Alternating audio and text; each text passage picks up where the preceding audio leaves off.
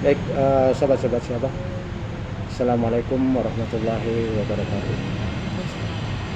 Eh, Dalam upaya untuk terus memberikan inspirasi kepada para mahasiswa, generasi muda, yang pastinya kita selalu dorong untuk bisa menjadi wirausaha ya. Karena memang kesempatan kerja saat ini kan makin langka. Oleh karena itu sangat kita harapkan mereka terjun ke dunia usaha. Tapi dunia usaha juga kita ketahui bukan suatu hal yang mudah. Yang paling penting justru adalah mental mindset. Oleh karena itulah saya sangat membutuhkan dukungan dari teman-teman wirausaha yang sudah berpengalaman, ya katakanlah dalam rangka sharing experience, berbagi pengalaman. Kira-kira untuk para usahawan muda milenial ini apa sih yang harus mereka perhatikan, dan bagaimana sih mereka seharusnya memiliki mindset supaya mereka menjadi tidak ragu-ragu melangkah, tidak mundur maju, ya, tidak diliputi oleh macam-macam pertimbangan yang mengarah kepada akhirnya mereka jadi batal gitu. Kan kita ketahui bahwa sesuai dengan apa yang disampaikan Pak JK beberapa minggu lalu, bahwa mayoritas anak muda kita itu maunya kalau nggak jadi karyawan, jadi PNS, jadi TNI, jadi Polri. Itu bukan suatu hal yang salah, tapi kan kesempatannya itu sangat ini ya, sangat sempit ya kan. Dari sekian ratus peminat ya sekian ratus ribu malah peminat, mungkin yang berhasil hanya beberapa persen saja. Yang terbuka luas justru adalah dunia usaha. Tetapi juga memang karena sifatnya adalah mandiri, semuanya kembali kepada kemampuan pribadi, daya tahan pribadi, maka tentu ini suatu hal yang rasa-rasanya lebih diminati, kurang diminati oleh milenial, kecuali mereka memang yang passionnya sejak awal memang maunya jadi pebisnis. Sobat-sobat, saya ditemani oleh dua teman dari merupakan UKM di wilayah Jawa Barat ya. Jadi nanti mereka akan memperkenalkan diri masing-masing dan kemudian bercerita tentang pengalaman usahanya dan juga berbagi pengalaman kira-kira apa yang penting untuk diketahui oleh sobat-sobat siapa. Untuk kesempatan pertama mungkin bisa dibuka sama Mas Amar. Kan baik, perkenalkan diri dulu. bisa ambil aja kali ya. Ya. Halo, saya Amar Maulana, owner dari Blankenheim. Jadi kami punya brand namanya Blankenheim. Saya di Blankenheim ini sebagai co-founder. Jadi foundernya itu adalah kakak saya. Kenapa namanya Blankenheim? Sering banyak yang nanya, Pak, kok brand lokal namanya ke barat-baratan gitu ya. Kayak nama Jerman itu ya. Ya, sebenarnya Blankenheim ini diambil dari nama satu jalan di Belanda, Pak. Oh, iya. Jadi kakak saya ini menempuh S2 di Belanda. Nah, pada saat di Belanda beliau jalan gitu Pak di suatu tempat yang ramai di sana, ternyata menemukan sepatu brand di branding dengan brand sana, tetapi masih terdapat label made in Indonesia, dan itu kebetulan made in Bandung gitulah, made in Cibaruyut. Si sepatu itu dijual dengan harga sangat mahal Pak di sana. Dan pada waktu yang bersamaan di dalam negeri sendiri, di Indonesia sendiri, sangat kurang gitu minat masyarakat Indonesia khususnya anak muda terhadap brand lokal. Ya. Nah, untuk di sepatu ini jadi main produk kita sepatu Pak, tapi kita juga bikin produk turunannya seperti tas, kayak dompet, sabuk, dan merchandise berbahan kulit lainnya. Dan di persepatuan ini sebenarnya bukan hal yang baru bagi kami gitu ya, karena ayah kakek kami itu sebenarnya sudah menggeluti persepatuan ini sejak lama gitu Pak. Jadi kan tinggal di daerah Cibaduyut gitu. Jadi kita sudah sangat familiar sama craftsmanship-nya. Jadi kan dulu memang Cibaduyut itu terkenal dengan craftsmanship-nya. Kalau kita lihat sekarang kan sudah mulai agak pudar gitu ya pamornya. Ya. Mungkin sekilas dari histori dari brandnya itu sih. Nah, untuk pesan untuk anak muda, saya juga berangkat dari karyawan Pak. Pertama saya kerja di bank, lalu saya kerja di TV, kemudian saya kerja di marketplace Pak, di salah satu marketplace. Nah, mulailah terbuka luas wawasan saya di wirausaha ini. Jadi seperti itu. Ya, saya juga berawal dari karyawan gitu. Akhirnya saya memutuskan untuk wirausaha itu kenapa? Karena ternyata semakin sini usaha kita ini, brand lokal ini sudah mulai dilirik oleh pemerintah Indonesia sendiri, oleh masyarakat Indonesia sendiri. Dan mungkin pesan saya untuk yang baru akan memulai usaha atau sudah berniat untuk membuka usaha itu nggak usah khawatir. Karena sekarang tuh dari pemerintah sendiri kan sangat banyak wadah ya Pak, dari mulai pelatihan, pendampingan, ya pelatihan, pendampingan, terus kita juga selain dibimbing, dibina juga diberikan bantuan untuk semacam modal dan lain-lain, itu sangat banyak sekali. Jadi mungkin pesan saya untuk anak muda di luar sana yang baru berniat atau sudah ingin memulai usaha tapi masih takut, nggak perlu khawatir. Banyak sekali wadah yang bisa kita manfaatkan dari pemerintah. Seperti itu Pak. Tadi disebutkan semula karyawan ya. Ya, Karyawan lalu kemudian jadi wirausaha. betul. Perubahan mindset yang dirasakan itu gimana? Mungkin dulu kita sebagai karyawan gini, saya juga sempat ngalamin sih, kalau semua orang juga pasti ada niatan untuk punya brand atau punya usaha gitu. Cuman dulu selagi kita jadi karyawan tuh kadang kita takut nggak ada pasar, takut nggak bisa jalan, banyak lah yang kita khawatirkan. Ternyata kalau kita sudah terjun ke lapangan itu, kita jadi tahu kurangnya di mana, apa yang mesti diperbaikin, itu nanti akan ketemu sendiri gitu Pak. Learning by doing berarti. Iya ya? betul Pak. Nah, terus kalau karyawan itu yang diharapkan sebenarnya kan gaji tetap Ya betul. Gaji tetap walaupun tetap kecil, Ya. tetap ngutang, betul Pak. tetap kesulitan. Betul. Tapi kan dibandingkan dengan wirausaha yang walaupun mungkin dapatnya gede, tapi juga katakan nggak ada kepastian. Iya betul. Gimana pendapatnya? Nah, mungkin bagi sebagian orang gitu ya, ingin tetap menjadi karyawan karena mungkin mereka itu tadi Pak, takut untuk memulai sesuatu karena takut nggak berhasil dan lain-lain. Mungkin kalau mereka taruhlah jadi PNS atau jadi karyawan, mungkin mereka menganggapnya akan oh ya udahlah segini, tapi yang penting aman gitu ya, aman bisa gaji setiap bulan. Tapi kan menjadi karyawan juga belum tentu selamanya aman kan, mungkin ada pengurangan karyawan dan lain-lain. Kita nggak tahu kedepannya seperti apa. Kecuali PNS mungkin agak lebih aman. Mungkin. Nah kalau di bisnis ini, kalau kita buka usaha sendiri itu memang akan banyak resikonya. Tapi kita bisa plan sendiri, kemudian kita bisa bisa atur sendiri gitu Pak. Apa sih namanya? Self management. Iya, kita bisa manage sendiri gitu. Kedepannya mau seperti apa? Yang penting fokus, konsisten, yakin gitu ya. Kita jalaninnya pasti ada jalan sih. Itu tadi karena sekarang itu kalau kita punya keinginan kuat gitu ya. Sekarang tuh udah sangat dipermudah gitu Pak dengan banyaknya wadah dari pemerintah. Jadi kita yaudah tinggal jalanin aja sih. Iya. Terus juga kalau wirausaha itu begini, sekali dapat oke besar, besokannya belum tentu dapat, itu satu. Ya. Ini mengakibatkan kadang-kadang orang kita kebanyakan begitu dapat besokan santai. Iya betul. Nah, akhirnya hanya pada waktu kepepet aja rajinnya.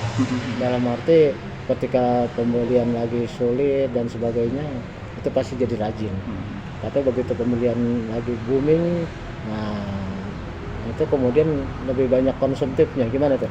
Ya. Mungkin sebagai ini ya, mindsetnya itu harus dirubah. Kita tuh dari menjadi karyawan ke pengusaha itu harus mulai dirubah.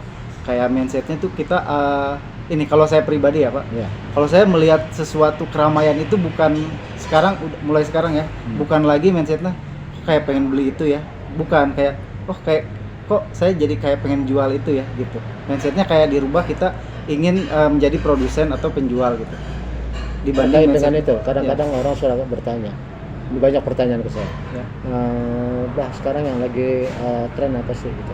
Ya, sebenarnya itu betul nggak sikap seperti itu. Jadi kita hanya melihat apa yang sedang tren lalu kita tiru, dan kita tidak berusaha untuk menciptakan suatu hal yang baru.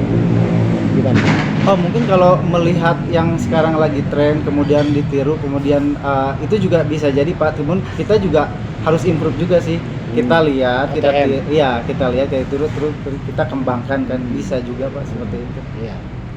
Tapi bagus nggak kalau misalnya nih saya produksi ataupun menjual satu jenis, lalu kemudian begitu kelihatannya pasar agak lesu, saya pindah ke tempat lain, ke produk lain yang sedang in. Nah, terus kemudian begitu dia juga mengalami penurunan, pindah lagi. Jadi yang sebenarnya yang bagus itu kita tetap konsisten di satu produk dan berusaha untuk memajukan, atau kita bisa pindah-pindah. Nah, sebaiknya kita konsisten di usaha kita, tapi kita juga harus berusaha untuk mengikuti perkembangan. Kayak sekarang, taruhlah sekarang sepatu ya. Dulu tuh Cibaduyut terkenal banget kan Pak. Cibaduyut itu menjadi ikon lah sepatu. Kemudian kalau kita lihat, mungkin kita bisa lihat sendiri sekarang ke Cibaduyut itu pamornya sudah mulai pudar. Itu kenapa kalau saya lihat sendiri sih Pak, mungkin beberapa owner di sana itu mungkin sudah senior, sudah malas mengikuti perkembangan digital seperti sekarang yang lagi hype ini, Sehingga modelnya tuh nggak tren ya. itu aja Atau gitu. mungkin sebaliknya, justru mereka lebih banyak dimaklen oleh merek luar.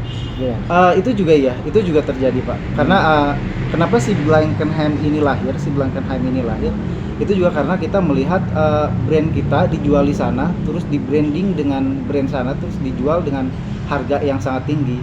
Berarti sekarang masih ya? Si Blankenheim masih seperti itu? Blankenheim enggak. Artinya produk lain gitu. Oke. Jadi beberapa pengrajin di Cibaduyut itu mereka hanya membuat untuk brand orang saja, tidak berusaha mengembangkan brand mereka sendiri. Jadi di sini kan si jati diri mereka sendiri hilang Pak. Iya. Jadi diganti sama Merek brand orang gitu. Membangun merek itu kalau Blankenheim apa strateginya? Kalau kita sih dari awal sudah terjun di digital marketing ya Pak, karena kita selalu mengikuti perkembangan yang ada. Si Blankenheim ini dari mulai modelnya dan lain-lainnya itu kita mengadopsi dari berkiblat ke Eropa lah Pak. Sejak kapan sih Blankenheim ini? Blankenheim ini berdiri sejak 2013. 2000. Oh, Ya, lumayan. 2013. Itu dari awal mulai berdiri. Kalau 2013 sampai 2016 kan sosial media itu belum terlalu ramai seperti sekarang ini. Itu kita, tapi kayak Instagram itu sudah mulai ada. Kita dari awal memang sudah di sosmed lah Pak, di online lah, di digital marketing gitu. Nah kesini kayak pemasaran dan segala macam itu lebih dipermudah Pak, karena sudah mulai ramai kayak sosmed, digital marketing. Jadi kayak di Instagram aja sekarang kita banyak yang direct beli langsung ke Instagram itu dari Belanda, dari Jerman gitu Pak. Banyak ya, artinya pembelian itu, order itu yang datang dari medsos itu besar. Lumayan banyak Pak. Dibandingkan dengan yang offline, banyakan mana? 80% banyakan online. Oke. Kita juga kan ada offline store di Jalan Cimanuk. Itu sebenarnya buat ini aja sih, buat display aja jadinya. Kayak buat naruh stok dan lain-lain gitu. Karena penjualan kita paling besar memang di online. Oke, strategi penggunaan medsos yang digunakan oleh Blankenheim itu gimana? Tentu selain produk yang aslinya kualitasnya diutamakan, kita juga dari mulai foto, video, intinya konten sih Pak. Konten dari si sosmed itu juga harus sangat diperhatikan. Terkait dengan fokus. konten, Ya. biasanya apa sih yang menarik untuk menarik pemirsa? Nah kalau kita kan lebih besar di Instagram ya, karena Instagram ini market kita lebih banyak di Instagram, karena Instagram kita ini bisa nyampe keluar juga seperti itu. Jadi di Instagram itu kalau dulu ini beda Pak, engagementnya beda. Kalau dulu tuh cukup dengan foto, jadi fotonya dibagusin gitu ya, konten cukup dengan konten foto aja. Nah kalau sekarang kan di Instagram tuh ada Reels. Jadi sekarang lebih ke video aja. Jadi si video ini pun orang nggak follow Instagram kita itu akan dapat juga kayak FYP gitu, kayak FYP ke orang. Apa itu kalau di reel itu yang harus ditekankan apa? Video Pak. Videonya. Ada story-nya nggak? Perlu nggak? Perlu ada. Jadi si Jadi konten yang kita buat ini memang harus benar-benar mewakili bukan mewakili apa sih, mendeskripsikan produk kita, harus benar-benar mendeskripsikan secara singkat unique selling dari produk kita gitu Pak. Ya, intinya memang unique selling ya, yang Ya, harus dikemukakan atau yang ditonjolkan bahwa memang kita punya produk tuh memiliki keunikan dibanding produk lain. Nah, Blankenham ini keunikan yang ditonjolkan apanya? Blankenham ini kan semua produknya dibuat secara handmade. Jadi unique selling point kita itu adalah detail dari produk si Blankenham tersebut, dari mulai bahan baku, jahitan, kemudian cara pengepresan antara sol sama upper gitu. Jadi mungkin kalau dibandingkan dari produk lain, jahitan sama kerapihan jahitan, kemudian bahan baku dari produk kita ini lebih unggul. Blankenham ini punya kulit khusus ya? Kulitnya sebenarnya berasal dari kulit sapi Pak, sama, cuman dari proses penyamakannya kita pilih dari bahan yang benar-benar premium sesuai market kita. Apa tuh cirinya?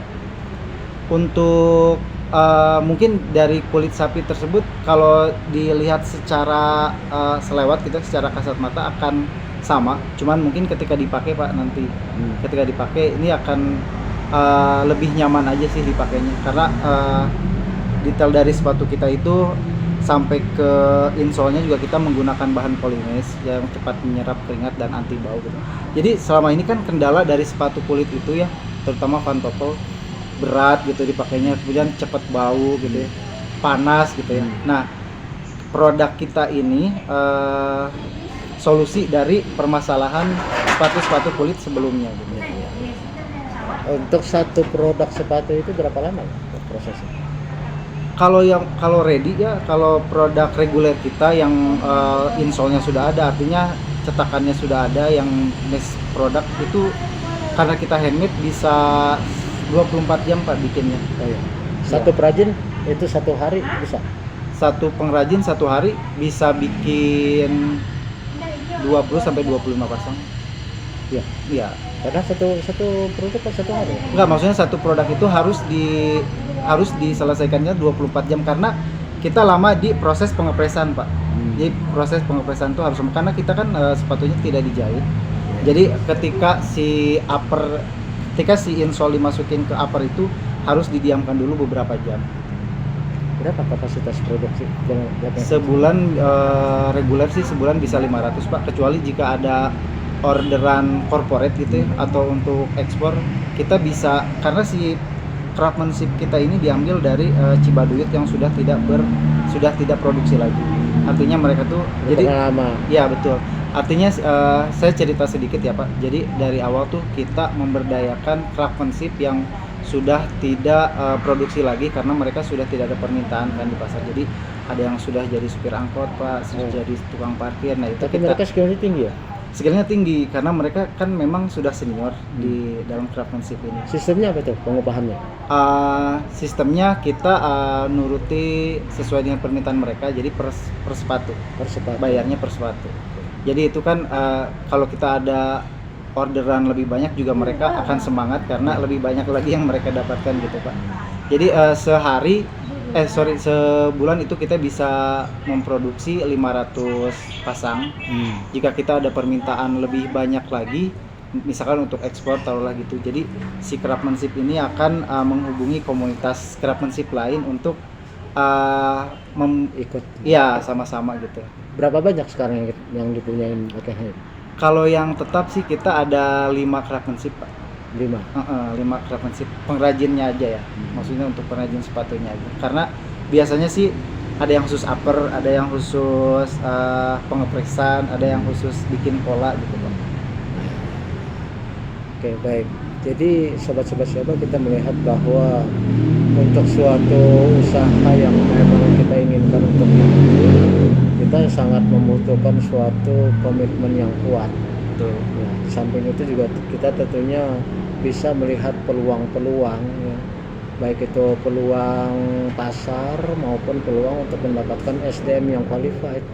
Sebab seberapapun juga besarnya suatu pasar, kalau kita tidak didukung oleh suatu SDM yang skillful, yang mumpuni, yang tangguh, yang punya komitmen yang sama. Nah, tentunya juga akan percuma. Nah, dalam hal inilah yang kita petik pelajaran dari Mas Amar tadi adalah bahwa sistem pengupahan itulah yang mungkin jadi perhatiannya. Ya, Karena banyak sekali saya kira tenaga-tenaga kerja yang suka mengalami kekecewaan ya, karena Iya, mereka betul. merasa bahwa hanya dieksploitir demi kepentingan pengusaha, sementara mereka menerima gaji yang kurang lebih ya begitu-begitu aja, mau banyak mau sedikit dapatnya segitu gitu. Betul. Jadi memang diperlukan sistem yang lebih dirasakan adil, karena setiap orang sama dengan pengusaha, pekerja juga kan mau sejahtera dong, ya kan Betul, begitu. betul. Itu satu keinginan yang manusiawi dan umum.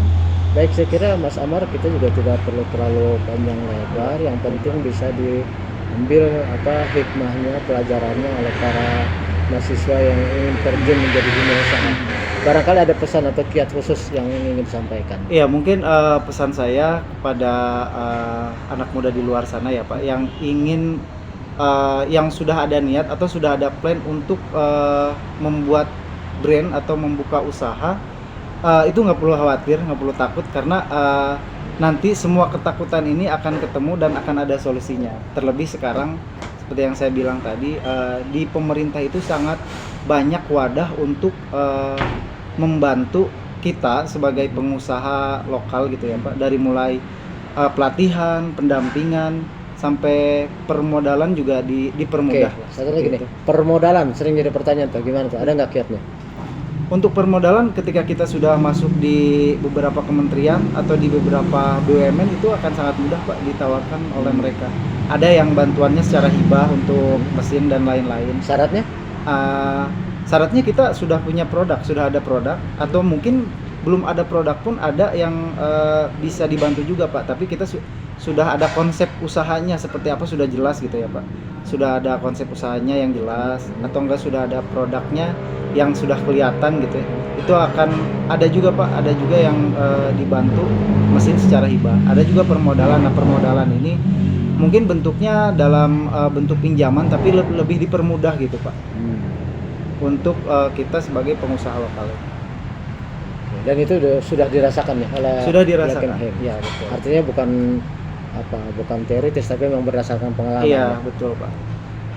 Baik, jadi demikian sahabat-sahabat Syabah, bahwa untuk bisa menjadi wirausaha yang paling diperlukan justru kemauan yang kuat. Iya, betul.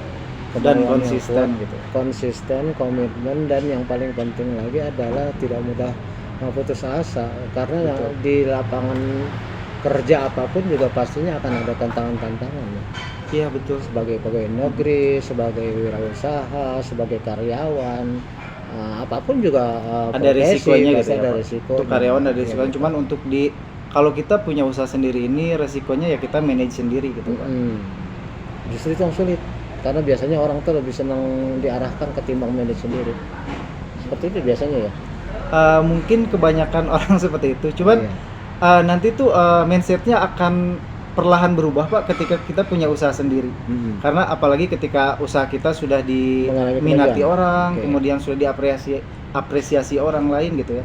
Itu akan ada akan ada